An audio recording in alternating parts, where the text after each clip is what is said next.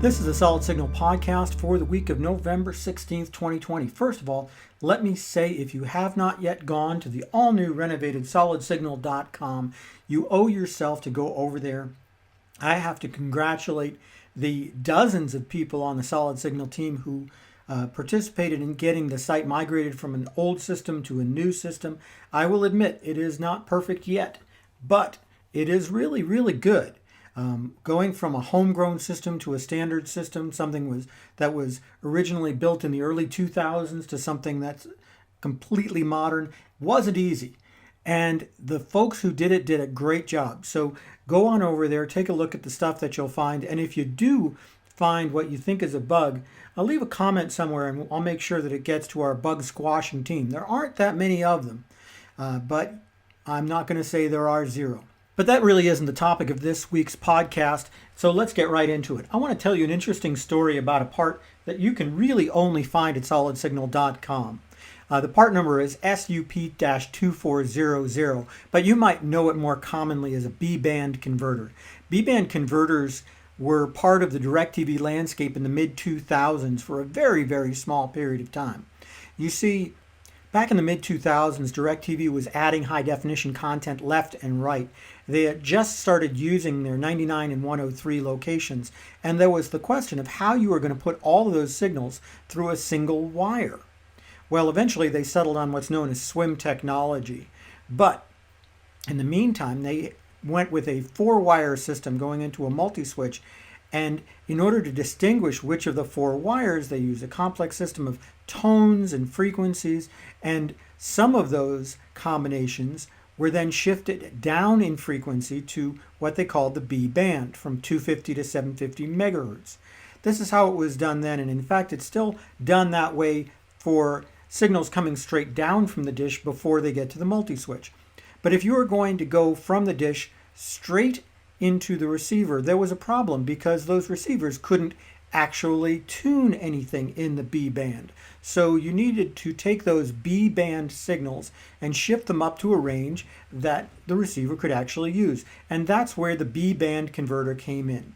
You attached one to a receiver, two to a DVR, and what they did was made it possible for you to receive those kind of signals, and it worked. It worked great.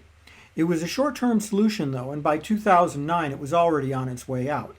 Even though there are people who kind of held on to that solution for a much longer period of time, DirecTV's standard was to use swim technology starting in 2009. That's been 11 years. So you may ask yourself, why is the B-band converter from Solid Signal still such a popular part? We sell thousands of them a year, and you wouldn't think that we do. I kind of did a deep dive into it a couple of years ago, and I figured out why.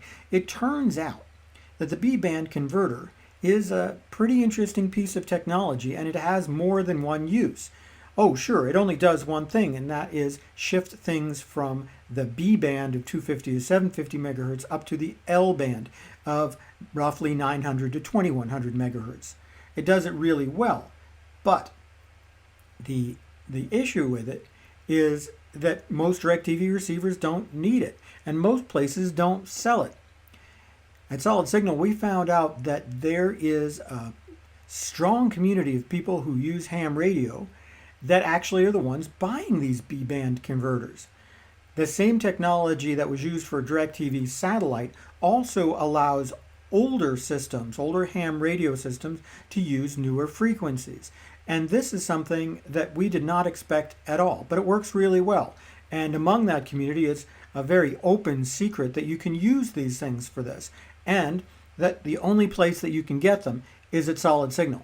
I think it's kind of an interesting story because it goes to show that you can have a piece of technology that you think is completely obsolete, and it can come back and be completely useful in a totally different way. It's something that you don't expect, and this is why people come to Solid Signal, because they're interested in solutions, in finding ways to make their own solutions. SolidSignal.com lets you do that in a way that nobody else can, and the B-band converter is a perfect way to show that. Whether you're shopping for a B-band converter or something else, you'll find everything you need when you go to the new and completely renovated SolidSignal.com. I hope you go over there. Also, I hope you like and subscribe this podcast because it makes me look pretty good.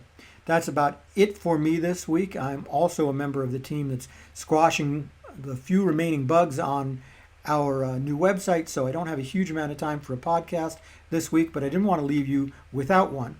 So I'll just keep it relatively short. Have a great week, and I'll talk to you more next time.